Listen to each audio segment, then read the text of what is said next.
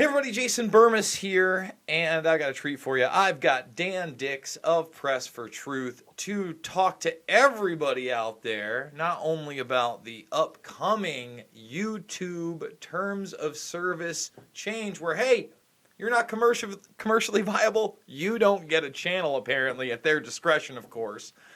And somebody who's already kind of been at the brunt of this over the years. I mean, Dan, you've had a channel for a very long time. You've built up over 250,000 subscribers, only to have the channel fully demonetized some months ago and basically told to piss in the wind when you said, hey, what do I have to take off and change here to get everything back and going? Why don't you tell people not only about how they can support you, because I think that's incredibly important now more than ever. You know, your website is where you can really get that information. They're not putting your stuff in subscriber feeds, that's for sure.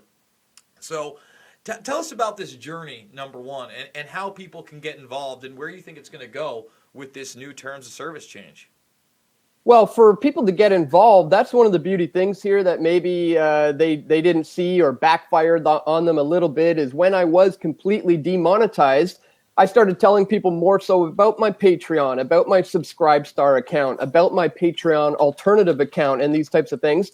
And on the day that I got banned, demonetized from YouTube, I had a whole bunch of people flock over to those other sites that help me generate revenue and help me be able to continue as a content creator on the platform. So that was awesome. So those are subscribestar.com/pressfortruth, patreon.com/pressfortruth, and of course, pressfortruth.ca/donate is where there's other options. Now, as you said, this happened to me a while back, and I had noticed when it happened, it was actually just 5 days after I confronted Eric Schmidt, the head of Google, essentially, while he was at Bilderberg. And I confronted him on the removal of conservative voices online, the shadow banning that's going on. And sure enough, 5 days later, I get completely demonetized. Whether or not that's connected, I don't know, Jason, but it seems quite coincidental that 5 days after confronting that man, I would be completely shut down. But honestly, it's been an incremental move. I saw this start way back with the YouTube adpocalypse, when we started seeing advertisers pulling from wanting to advertise on certain videos because of, they were saying they're Nazi videos and things of that nature. That was just phase one. Then we moved into the Facebook purge, and I was deleted off of Facebook. They removed my page with over 350,000 people. That was phase two. Next was the YouTube Vox adpocalypse, where there was a bit of a spat between Steven Crowder and this guy, Carlos Maza of Vox. And I got caught up in the middle of that, in the crosshairs, and ended up being completely 100% demonetized on my channel. So really, it's been an incremental push here. Because look, I think YouTube has a bit of a PR problem here. They've got millions of channels that they want to delete, but they can't just go ahead and do it outright. It has to be done slowly and incrementally. Otherwise, people are going to notice this massive extinction of truther channels that's going on, the memory hole that's going on. So they're trying to do it in ways as to not signify the population. And I think that's what COPPA is all about too. And we can talk about that. Those rules are coming down on December 10th, and it's not looking good for content creators, Jason. Yeah, no, the COPPA thing is something I think that we do need to go over and specify, because that's certainly a backdoor to try and target people and say that they are trying to get their content seen by children. And although that's not a separate issue, just the fact that they're daunting enough to outright say, look, if your channel's not commercially viable, and remember, a lot of people have channels not even to post, but to kind of be involved in the chat room, to have their face up there. You know, originally that's why a lot of people did get channels. Most channels have less than like 5 or 10 videos per aggregate if you really look at the numbers. But they say they can get rid of you. Well, does that mean that not everybody is going to be able to just start up a channel the next day? Is there going to be an application process from now on? I think that's an extremely large question. And when we do get to, forget about the not commercially viable, but the COPPA thing and the $40,000+ possible fine per violation, I've already checked that none of my videos are for children. Now, at the same time, I don't think they should be restricted to 18 plus. There are plenty of my videos that are not only, PG, but PG-13. I think that the gravity, a lot of my subjects, obviously says that. However, I do walk and talks with my dog. Kids like dogs. Sometimes my nieces are actually, in the backgrounds of the videos. I never really feature them, but now that's an issue. And the other big issue is when you're exposing something like child sex trafficking in Hollywood, you should already have the fair use, and many of us feel like we do and have, of posting Disney ears on somebody like Bella Thorne, right? Which I do. I have that in a thumbnail. Is that now, because I have Disney ears and Bella Thorne in a thumbnail, is that trying to attract children viewers when you've already confirmed by manual review it's not good enough for advertisers? But am I still trying to get this out to kids even though your algorithms buried it? It's all very contrived, isn't it, Dan? Oh yeah, big time, Jason. And I mean, with the amount of videos you have, the odds are, the FTC is probably going to flag a small percentage of those as being incorrectly mislabeled as not directed to children, in which you could face, upwards of $1 million fine. Let's say if you had 20 or 30 of your videos flagged. So this is absolutely a travesty moving forward, not only for children online. I mean, most people, as you said, are not going to select that this is for kids. They're going to say it's not for kids. That's going to radically alter the platform for children. In fact, it's going to make more adult content on the platform, which children are inevitably going to find. And if you do select that, people won't be able to comment on your videos. They won't get notifications. They can't save it to their favorites or anything like that. It'll essentially be buried into the back corner of the internet. So nobody's going to do that. So I really see this, Jason, as a massive ruse to shut down free speech online, because now they're moving into a different area here. Won't somebody protect on Earth is going to be able to argue with that? Now, the good news here is I've seen this before. We've gone through a scenario like this before in Canada back in 2012, about 7 years ago, and we defeated it before. So let me fill you in a little bit on that. Back in 2012, our public safety minister at the time, Vic Taves, introduced a bill called Bill C-30. This was the Protecting Children from Online Predators Act. And at the time, there was another member of parliament who challenged this bill. He brought it up in parliament, and he said, look, this is a big brother piece of legislation. This is giving the police the ability to monitor all our online activity without having to obtain a warrant. And Vic Taves famously said, you either stand with the government or you stand with the child pornographers. Luckily, Jason, a lot of the Canadian people saw through what he was doing, the trickery there. They realized this was a backdoor way to give the police these broad sweeping powers to encroach on the privacy rights of citizens online in Canada. And the bill was ultimately rejected because people signed petitions, people brought it up, people wrote letters to the member of parliament, they brought it to the House of Commons, and ultimately the bill was rejected. So it is possible to raise enough noise about this. I mean, the deadline is December 10th, and the FTC won't start enforcing its rules till January 1st, I believe, of 2020. And they are accepting comments. They are accepting emails about this. So yes, there is still time to sign the petitions, write letters to the FTC, and try to turn this around. Is it likely they're going to listen to the people just like the Canadian government did back in 2012? Not extremely likely. So although I would fully encourage people to do that, it is potentially going to be good to write these letters and sign the petitions. We got to think 2 steps ahead, Jason, because they have a plan to radically alter that platform into a new platform, a more streamlined TV type of experience. And they're doing it all under the guise of protecting the children. So we got to wake up to this and not fall for it before it's too late. But as I was going to say, the important thing is to move 2 steps ahead and to protect ourselves by thinking forward here and by getting on to other platforms. As an advocate for truly free, open, and fair markets, we can walk away from YouTube. We can get onto other more decentralized kind of censorship-resistant platforms like BitChute.com, like Float.app, like PocketNet, DTube, Steemit. There's a whole bunch of them popping up right now that are alternatives to YouTube, which I think is what we're going to have to look into moving forward, because they're clamping down hard right now, Jason. This COPPA thing could be the final nail in the coffin of YouTube. In fact, the final nail was probably already put in a while ago. They're shoveling on the dirt now. That's what's going on. So it's crunch time, man. I certainly hear you, but unfortunately, none of those other platforms are economically viable or have a live stream option.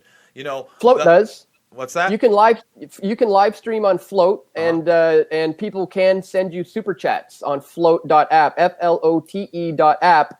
You actually, you can do that. They are also working on getting ad revenues going, ads, but you can currently live stream on Float and receive super chats. All right, well, maybe Float's something I got to check out, because we double stream this on Periscope, because that's the other format where you can reach a large amount of people and live stream at the same time. Unfortunately, it's not economically viable because there's nothing to be commercialized there. And a lot of people will be like, oh, well, hey, man, you got to make a living. Like I'm trying to put on an actual broadcast. You go out on the ground. It costs money to take trips. It costs money to be in that courtroom. It costs money to put politicians on the spot about these very, very real issues. And that's why they've made these fines so egregious of $40,000+. And the wording so vague, because if this was really all about going after child predators or people that are trying to exploit children sexually, they would have done so long ago with the laws that are on the books. There's plenty of them. And they're already at their discretion to get rid of those who they feel they don't like their content. So why are we really here? For instance, are they going to selectively go after game streamers, because all games appeal to a teenage audience, and the ones that have signed with YouTube, maybe they get to play whatever games they want. And the ones that haven't signed with YouTube, maybe they work with their rivals Twitch and have like a side channel. Maybe all of a sudden their stuff is back channeled. There's many layers to this. This isn't just about, basically eviscerating free speech on the platform. This is their push to make this platform the most economically viable platform, I believe, in the post-TV or cable era, Dan. Yeah, and since they have completely demonetized my channel, as you said, does that now mean I am not commercially viable, and therefore my over 13 years of work, my over 1,500 videos, 5 documentary films, all those comments, all those videos, links on websites out there, all that potentially gone because they can't generate revenue off of me anymore? Yeah, that's the bottom line.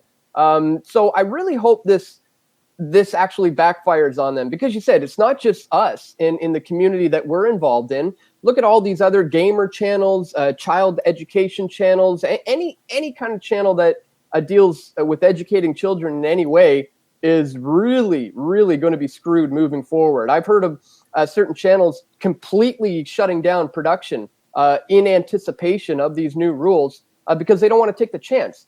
Jason, $42,530, I think it is, per video is a game changer, really.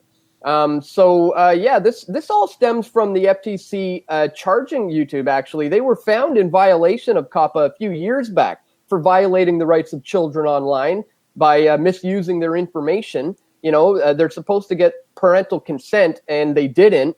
So how rich is it that YouTube is the one sitting here making us click the button and making us have the repercussions when they don't protect children at all? I mean, they allow these children drag queens on their platform. They've removed videos of mine exposing pedophilia, so it's just so twisted and backwards that they are trying to use this. Won't someone protect the children? It seems like a clear and obvious ruse to me, not only to stifle free speech, but to radically alter the platform to, as I said, a more streamlined television type programming experience. That's what they're trying to do. And they're trying to do it incrementally and under the radar so as that the masses don't notice the changes. Well, I just like to say this. I know that I've never broken any terms of service. I don't preach hate speech. I don't lie about people. I don't call for violence. I'm not part of the hate mob. Again, somehow I just got the memberships on this channel. I'm not sure what to do. You already take a 30% cut. Am I economically viable? Am I not economically viable? Is this a platform for free speech in any form or not? And the other thing is, your only economic rival right now, it looks like Twitch. Vimeo is kind of far behind. Again, Twitch has that live stream. Will people go there? I'm not sure. I'm not sure what I'm going to do, but I'm going to have to make decisions big time. Already BitChute, I wish BitChute had a live stream option. I've already talked to them about it. I already do upload to there. There are options out there, but I think if they squeeze this one too hard, just like we saw Snapchat kind of overtake the Facebook marketplace for college kids, right? It can happen. It can happen, Dan. And we've been hoping for it to happen for 5 or 10 years now, ever since really that Google YouTube merger, where you didn't have these two leviathans kind of pitted against each other. Because to me, that's the only time there was a real online rivalry. There were side ones like Daily Motion and even Vimeo, which is stuck around, but a lot of them have gone by the wayside in the dinosaur. And when Google absorbed YouTube, man, that was the push. We all know they're part of that technopoly. They're part of, hey, we're in bed with NASA. Hey, we're in bed with Bezos. Hey, we're in bed with everybody. China, too. You can't do anything about it. We're the Leviathan. Dan, wrapping it up, how can people support you on the website? The best way to do that is to go to pressfortruth.ca/donate. Because there's all kinds of options. You can do one-time PayPal. You can contribute Bitcoin or other cryptocurrencies. Join as a patron. Use the Patreon alternative. At the bottom of the website, there's a link to a GoFundMe page that's called PFT Demonetized. If I had $1 for every subscriber, we could make the MSM obsolete. And that is my goal, really, is to not tell them not to do what they're doing, just do a better job than they're doing. And hopefully eventually become the mainstream media and make them completely obsolete. And as I said, just $1 a subscriber, like you said, I have over 250,000 subscribers. That would be significant in helping me go up against this propaganda spin machine that I'm trying to battle on a daily basis. So if you appreciate my efforts and you can see that I'm in the crosshairs of the targets of YouTube, help me out. And you can do so at pressfortruth.ca/donate. And that's right. And remember, in days like today, when Sam Tripoli and Tinfoil Hat Podcast, I believe you've done that podcast before, right? No, I haven't been Really? on that one. Oh, wow. I'm surprised you haven't. But they get taken down by YouTube like that. Blink of an eye, all that material, all that great stuff. Just gone. Let's hope it doesn't happen to Press for Truth. Let's hope it doesn't happen to the Info Warrior. Dan, thank you guys so much for joining me. I really appreciate it anytime. And guys, if you want to support my sorry bottom dollar, well, you can watch all my films for free right on this channel in the documentaries playlist: Loose Change, Final Cut, Fabled Enemies, Invisible Empire, A New World Order Defined, and Shade the Motion Picture. You can thumbs this video up, you can share it, and you can be part of and you can become part of the Burmese Brigade as we roll to 40,000 and hopefully beyond before December 10th, when they might just kick me right off. And I've got a GoFundMe. That's how I do it. No Subscribe Star, no Patreon, no other stuff. That's it. So if you want to give me $5, $10, $15, means the world to me. I love you guys, and I'll see you on the flip side.